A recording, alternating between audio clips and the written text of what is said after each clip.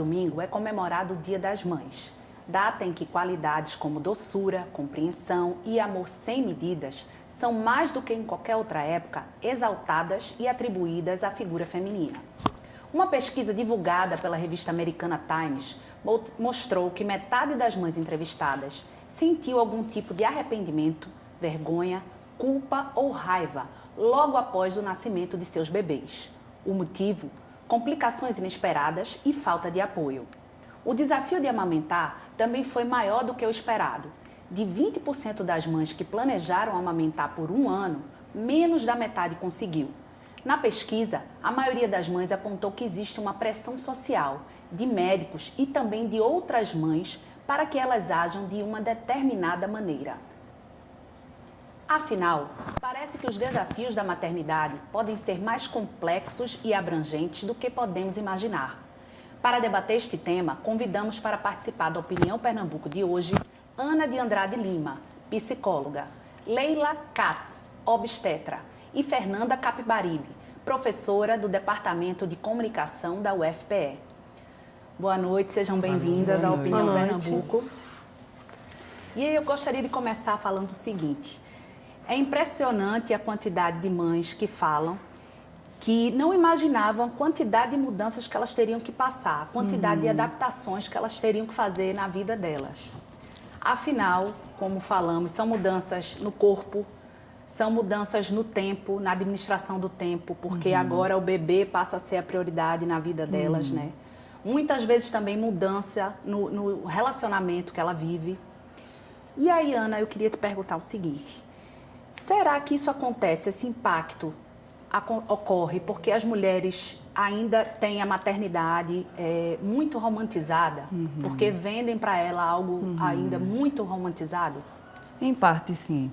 Em parte também porque a chegada de um bebê, a chegada de um desconhecido, essa ideia de que esse amor já nasce na hora que se está grávida, é uma ideia romântica, porque na verdade é uma coisa que vai se construindo, essa relação, e vai se conhecendo o bebê à medida que ele nasce, que as coisas vão acontecendo. Então, de fato, a ideia de que a chegada de alguém só são coisas boas não é verdade, porque tem uma série de mudanças psíquicas e nas relações entre as pessoas e logísticas também, que causam atrapalhos. Tem as coisas positivas, mas tem os atrapalhos também e que a gente fala pouco, e acho que isso numa medida também porque a gente fala pouco das coisas que vão mal na vida de uma forma geral, não só em relação à maternidade. E aí fica mais difícil de acessar, porque são histórias anteriores da maternidade, de como você foi filha, coisas muito em nível até de inconsciente, que aparecem, que emergem nessa hora, muitas emoções, muitos sentimentos e muitas vezes ambivalentes. A gente não é muito preparado para lidar com as ambivalências, principalmente agora, como se a gente quisesse escamotear um pouquinho o que a gente sente de ruim, tristeza, aperreio, precisa só ser coisa boa. E aí a chegada de um bebê é bom, mas traz consigo também uma série de coisas difíceis de lidar, né? Ambivalentes. Eu acho que a expectativa em relação a a maternidade em si, né, considerada, enfim, como um aspecto da vida das mulheres, também é muito grande. Então, a gente fala pouco sobre as coisas que vão ruim, mas a gente fala muito pouco sobre os problemas da maternidade ou o que não corresponde com essa expectativa romântica da maternidade, né? Então, acho que a romantização, nesse sentido, é muito prejudicial às mulheres, porque eu acho que extrapola um senso comum do poder falar sobre esses incômodos, sobre esse desespero, às vezes, que chega junto com o bebê, né? Principalmente a mãe de um primeiro filho, de uma primeira criança, de uma primeira filha, que não sabe o que vem pela frente, está passando pelo processo fisiológico da gravidez, que já incide uma série de mudança de comportamento, medos e também questões físicas por conta dos hormônios. Isso.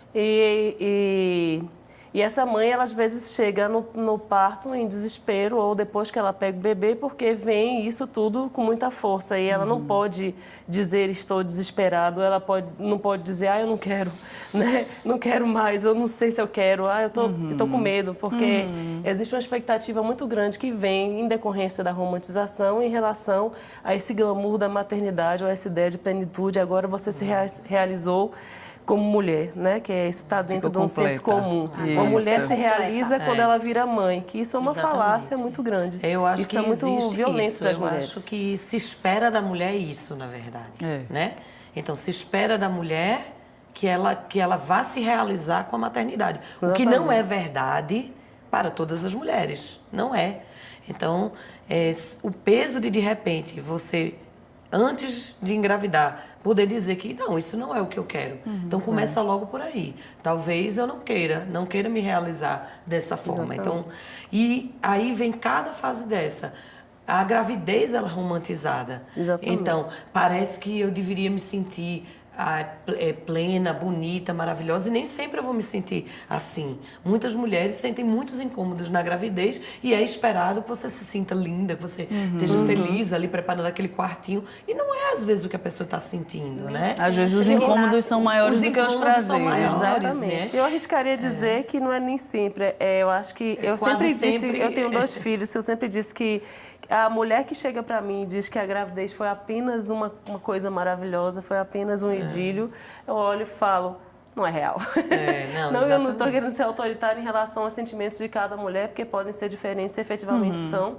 Mas a gravidez traz uma série de incômodos também, incômodos vários, de transformação do corpo, além dos incômodos psíquicos, dos incômodos físicos, fisiológicos. Então... Não, e você está falando isso, o que você falou, Ana, quando eu tive minha primeira filha, eu era residente de obstetrícia. E claro que eu entendia tudo, que existia um bebê lá dentro e tal, óbvio. Eu trabalhava com aquilo. Né? Fisiologicamente. E eu já tinha vivido ao meu redor, outras pessoas tinham sido mães há pouco tempo. Então, cunhadas, primas e tal. E aí, de repente, eu me senti altamente frustrada. Por quê? Porque eu não senti aquela conexão que eu deveria sentir durante a gravidez, entendeu? Então, o amor que eu vim sentir pela minha filha foi uma coisa construída posteriormente. E eu, nesse momento, me senti extremamente inadequada, porque a romantização coloca para a maioria das mulheres que ela deveria já ter essa ligação durante a gravidez e que já deveria, na hora do parto, olhar e já ser aquele negócio, eu lhe conheço há toda a vida. Não, eu não lhe conheço. Na verdade, eu acredito que o amor que vai surgir e o vínculo que vai surgir, na maioria das vezes, ele se dá durante o dia a dia. Como toda relação, né? Como toda relação. Eu gostaria menos de aproveitar, desculpa. vou só te interromper rapidinho, porque a gente tem um depoimento também de uma advogada chamada Sheila Azevedo, que eu queria passar para vocês e aí a gente volta para a discussão. Certo. O que é maternidade real? É o caos. É sua vida virar de cabeça para baixo. É seu casamento ser abalado. É seu corpo estar destruído. É simplesmente você perceber que aquela magia, aquele sentimento de plenitude que você acreditava que ia sentir quando fosse mãe, ele não existe. E você acha que é só isso, é só você que está passando por isso. Porque a sociedade faz a mulher acreditar que uma mulher, uma verdadeira mãe, ela tem um instinto natural. Então, se você não é uma mãe perfeita, o problema é seu. E é mentira. Sabe aqueles perfis das redes sociais, de maternidade real, que ficam postando lá, as mulheres postando os filhos dela e aquele amor. Claro que o amor existe, não estou falando de amor, estou falando de vida real, do caos, do trabalho que dá, do sacrifício que é. Então é tudo mentira aquilo. Aquilo ali, elas ganham dinheiro para postar aquelas coisas e elas mostram só o lado bonitinho. Maternidade real é caos. Adorei. E a serviço de que estaria essa romantização? Isso serve a quem? Mostrar Ao patriarcado. A alocação da mulher no lugar que ela deve ocupar na família, dentro de uma lógica patriarcal, que é a cuidadora da casa, é o sujeito adulto do espaço doméstico que prevê uma mãe, um pai e filhos e filhas, onde a mulher ela é responsável pela casa e pelos cuidados das crianças. Então, o patriarcado precisa alimentar essa romantização da maternidade, que no feminismo a gente vai chamar de maternagem, que é quase que uma obrigatoriedade, quase não, uma obrigatoriedade implícita e às vezes explícita, de que as mulheres elas têm que dar conta das demandas dos filhos, então elas são ao mesmo tempo responsáveis, abandonadas, mesmo que elas tenham o marido em casa, mas abandonadas nesses cuidados e culpadas quando qualquer coisa dá errado. Né? Isso é uma pressão muito grande para a mulher. Né? Então, serve ao patriarcado, em primeira instância. A amamentação, assim, também, eu acho que está muito próxima, né, dessa questão de a mulher julgada por quanto ela conseguiu amamentar, por quanto tempo. E uma pesquisa fala que 95% das brasileiras se declararam que se sentiriam culpadas se não amamentassem os filhos. A grande questão também é assim, a amamentação, hoje em dia, ela não é uma coisa tão natural como acontecia antigamente. Então, é uma coisa que ela é escondida, né? Ela não acontece livremente. Hoje a gente está lutando para que isso seja feito, né? Houve com as indústrias de leite, uma campanha maciça contra a amamentação. E agora a gente tem o retorno, a naturalização disso, né? Então, o que é que eu quero dizer com isso? Com isso tudo, houve as pessoas desaprenderam a ver isso com a naturalidade. E aí, eu vou falar o que a gente vê com as mulheres, na experiência, no dia a dia, e até por experiência própria. Amamentar não é fácil. Para conseguir amamentar é preciso paciência, persistência, entendeu? E ajuda. A uma mulher, o puerpério é o segundo ponto. Passou a gravidez, vem o puerpério. Que são aqueles 60 dias logo após a gravidez. E esse tempo todo, não só o puerpério imediato, mas todo esse tempo inicial em que o bebê precisa tanto, né, do cuidado assim de amamentação. Se a mulher não tem uma rede de apoio muito forte, ela vai se sentir difícil. Como aquela mulher estava se sentindo. Era isso que eu ia dizer. Porque a rede de apoio é fundamental. Exatamente.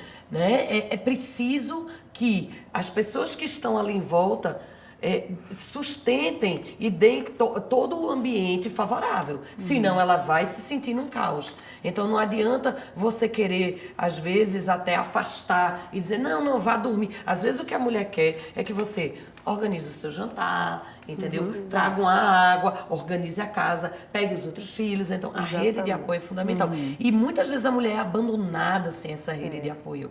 Ela tem que, além de dar conta da criança, dar conta de dos tudo. afazeres domésticos, tendo muitas vezes um companheiro dentro de casa que parte desse princípio de que esse trabalho as suas obrigações e continuará sendo, né? São da mulher. Só complementando isso, tem um provérbio africano que diz assim, é preciso uma aldeia inteira para educar uma criança. Isso. Eu acho que está bem em contato com essa questão, né? De que ninguém é mãe sozinha, na verdade. Né? E uma coisa também que eu gostaria de citar, que é um outro tema que é muito tabu, acho que mais do que tudo, que é a depressão pós-parto. Como é que a gente identifica quando é um baby blues, que é diferente da depressão pós-parto? Dá para fazer uma diferenciação deles? Nesse primeiro momento, quando o neném nasce, isso que Leila falou, dessa necessidade de uma rede para a mãe poder dar esse apoio à criança, é muito necessário, porque essa fusão inicial é muito importante para o desenvolvimento psíquico da criança. E nisso envolve também um certo abandono da mãe de outras funções, o que pode gerar, sim, um luto também pelo corpo, pelas atividades. Eu li essa semana, por um acaso, uma atriz que disse uma vida que...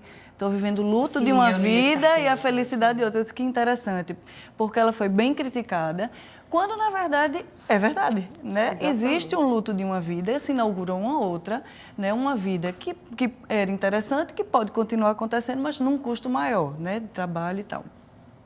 Em relação à depressão, é importante pensar que tem essa fusão e, numa medida, se a mãe não consegue, é muito, muito semelhante a uma depressão, onde não existe um cuidado consigo mesma, porque, veja, tomar banho na mesma frequência, ir ao banheiro, ter o mesmo nível de aprontamento, vamos dizer, para as visitas, é difícil, são difíceis, se cuidar, né? Se olhar, exatamente. Mas se você percebe que tem uma coisa de um silêncio maior, de um choro mais profundo, o que não estou querendo dizer, é difícil esse diagnóstico, E não é que não possa acontecer o choro. Também é comum acontecer de quando a pessoa está triste, desloca a depressão. E às vezes não é. É mesmo a vivência do luto desse tempo, de uma vida que está se inaugurando e de outra que não existe mais. Então, veja, é preciso um acompanhamento dessa rede para estar junto, porque às vezes também a família nega, só falando do cansaço, só falando da noite mal dormida. E tem a recorrência, vamos dizer assim, de um choro ou de uma pouca iniciativa para outras coisas, de você perceber de um funcionamento muito diferente do comum, aí são pontos importantes de atenção e de pedir ajuda. A depressão pós-parto, ela também só que te interromper, porque a gente vai precisar fazer um intervalo. O nosso intervalo é curto, hoje conversamos sobre desafios da maternidade. Não saia daí.